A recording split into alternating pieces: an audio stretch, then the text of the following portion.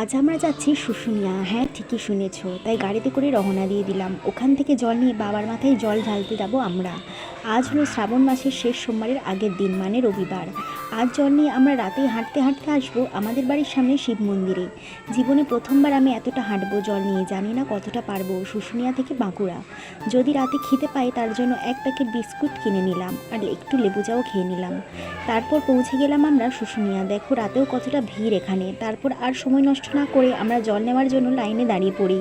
তারপর জল নিয়ে আমরা হাঁটতে শুরু করি বাড়ির উদ্দেশ্যে। আমাদের তো অনেক পা ব্যথা করছিল, তাই একটু বসে রেস্ট নিয়ে নিই, আবার হাঁটতে শুরু করি। আর দুঃখের বিষয় হলো আমরা পুরো রাস্তা হাঁটতে পারিনি, কারণ পায়ের অবস্থা ছিল খুবই খারাপ।